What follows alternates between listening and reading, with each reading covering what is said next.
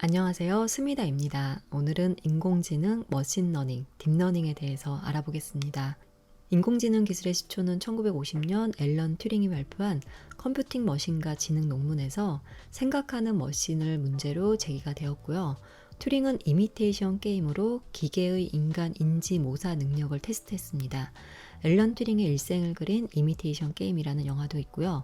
그 후 1955년 인공지능이라는 용어를 처음으로 만든 존 메카시와 마빈 민스키 등을 중심으로 진행된 다트머스 회의를 통해 연구가 시작되었습니다. 그간 기술적 한계로 위기를 겪어오다 최근 딥러닝 등 알고리즘의 발전, 빅데이터 증가, 컴퓨팅 파워의 개선, 네트워크 활성화 등 기술력이 급성장하면서 상용화가 확산되었습니다. 인공지능은 인간의 시각이나 음성 인식과 같은 지각 능력, 언어의 이해 능력, 자율적으로 움직이는 능력 등을 컴퓨터나 전자기술로 실현한 것으로 컴퓨터가 인간의 지능을 구현해내는 기술이며 사람이 수행하는 작업을 자동화하는 기술입니다. 인공지능은 크게 강인공지능과 약인공지능으로 나뉘는데요. 강인공지능은 우리가 영화에서 봤던 스스로 생각하고 움직이는 로봇처럼 사람과 구분이 안 될 정도의 지능을 가진 AI로 영화 아이언맨의 자비스가 대표적인데요. 토니 스타크와 농담도 주고받고 진짜 사람과 대화하는 것처럼 유연한 대화가 이루어집니다. 약인공지능은 현재까지 개발된 인공지능이라고 할 수 있습니다. 문제를 해결할 수 있어도 왜 그렇게 해결되었는지는 알 수 없기 때문에 지능을 가진 무언가라기보다는 문제를 해결하는 도구로서 활용이 되고 있습니다. 인공지능은 우리가 잘 알고 있는 사물 인터넷, 그리고 챗봇 서비스, 빅스비와 시리, 딥페이크, 인공지능 의사 왓슨, 테슬라의 자율주행 등이 있고, 이런 인공지능을 위한 연구기술에는 머신러닝과 딥러닝이 있습니다.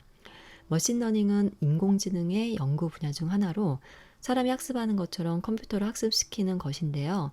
지금까지는 컴퓨터에게 일을 시킬 때 이것을 먼저 하고 그 다음에는 저것을 하고 또 다음에는 이것을 이런 식으로 일일이 지시를 내렸는데요. 머신러닝에서는 컴퓨터에게 처리 방법을 주지 않고 컴퓨터에게 데이터와 원하는 결과를 먼저 줍니다. 그러면 컴퓨터는 원하는 결과가 도출되게끔 처리 방법을 만들고요. 컴퓨터가 데이터에서 스스로 방법을 찾기 때문에 인간은 일일이 지시할 필요가 없게 되는 것입니다. 컴퓨터 발명 이래 무수히 많은 기술적 진보가 있었지만 컴퓨터 사용의 기본 개념을 바꿨다는 측면에서 머신러닝은 대단히 큰 의미가 있습니다. 딥러닝은 머신러닝의 연구 분야로서 컴퓨터가 사람처럼 생각하고 학습할 수 있도록 하는 기술입니다. 인간의 뇌세포를 본따서 인공신경을 만들어냈고 인간 내의 뉴런과 유사한 뉴럴 네트워크 구조를 이용하는 방법인데요. 감각기관으로부터 받아들여진 정보들이 서로 연결된 세포들을 통해서 최종 판단을 내리는 것처럼 딥러닝은 센서들로부터 받아진 정보들을 세포처럼 서로 연결된 네트워크 구조를 통해서 학습하고 판단하는 원리입니다. 다량의 고양이 사진과 강아지 사진을 주면 사진에 포함된 특성들을 인공신경망을 통해 계산화하고 그 속에서 패턴들을 찾게 되어 고양이 사진에 입력하면 그와 비슷한 패턴을 가진 것은 고양이다 라고 판단하여 고양이라는 결과를 도출하게 됩니다.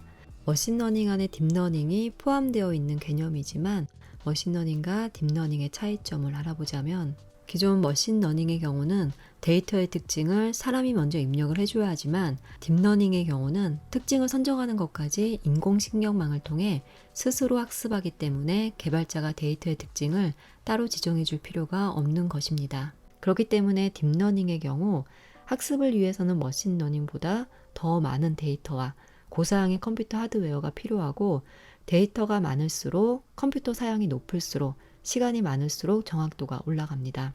학습할 데이터와 시간이 많지 않을 경우에는 데이터에 수작업이 들어간 머신러닝의 정확도가 조금 더 높게 나올 수 있습니다. 딥러닝을 통한 머신러닝의 큰 성공은 많은 기업의 경쟁을 유발했는데요. 2014년 초에 구글은 3년밖에 되지 않은 딥마인드라는 회사를 4억 달러, 약 4,570억이 넘는 금액으로 인수하였고 그 딥마인드의 작품인 알파고는 2016년 3월에 이세돌 구단과 바둑대국을 했습니다. 이세돌과 바둑을 두기 전까지 알파고는 끊임없이 스스로 바둑 기보를 보며 바둑 전략을 학습하고 진화했습니다. 알파고는 최대 1920개의 CPU와 280개의 GPU로 구성되었고 GPU 280개는 2009년 세계에서 가장 빠른 슈퍼컴퓨터 성능에 육박하는 것이라고 합니다. 2020년 주목할 만한 AI 성과로 GPT-3와 알파폴드2를 꼽을 수 있는데요. 마이크로소프트가 독점 라이센스를 획득한 GPT-3는 AI 연구소인 오픈 AI가 개발한 자연어 처리, 즉 언어를 다루는 AI입니다. 스스로 익힌 코딩으로 앱을 개발하거나 시와 소설 같은 문학 작품을 쓰는데요. 지난해 9월 GPT-3가 쓴 영국 일간지 가디언의 칼럼에서 사람들은 내가 인류에게 이업이 된다고 생각한다. 스티븐 호킹은 AI로 인한 인류의 종말을 경고한 바 있다. AI는 인간을 파괴하지 않을 것이다. 믿어달라고 호소했고 많은 이들의 놀라움을 자아냈습니다. 알파폴드2는 구글의 자회사 딥마인드의 작품인데요. 단백질 폴딩, 접힘 현상을 예측해 단백질 구조를 파악하는 AI입니다. 딥마인드가 AI를 이용해서 50년 동안 풀리지 않았던 단백질 접힘 문제의 실마리를 찾아낸 것이고요. 알파폴드2가 코로나 바이러스 단백질 일종인 ORF8 구조를 예측하는 데 성공하면서 코로나19와 같은 신종 감염병 외에도 암, 당뇨, 알츠하이머, 파킨슨병 등 여러 질병에 대응하고 신약 물질을 만드는 데 기여할 것이라는 기대감이 큽니다. 인공지능의 기술 발전과 함께 활용 영역도 급속도로 증가하는 추세로 단순 제조뿐만 아니라 의료, 법률 등의 전문 서비스업까지도 응용이 확장되고 있지만 점점 발전하는 초인공지능의 발달로 인류에 해를 끼치지 않을까 하는 두려움과 인간의 직업 상실, 딥페이크로 인한 신뢰도 상실, 인권 존중, 프라이버시 보호 등 우려의 목소리는 갈수록 높아지고 있습니다. 지금까지 인공지능, 머신러닝, 딥러닝에 대해서 알아봤습니다. 이 영상이 도움이 되셨다면 구독과 좋아요 부탁드립니다. 감사합니다.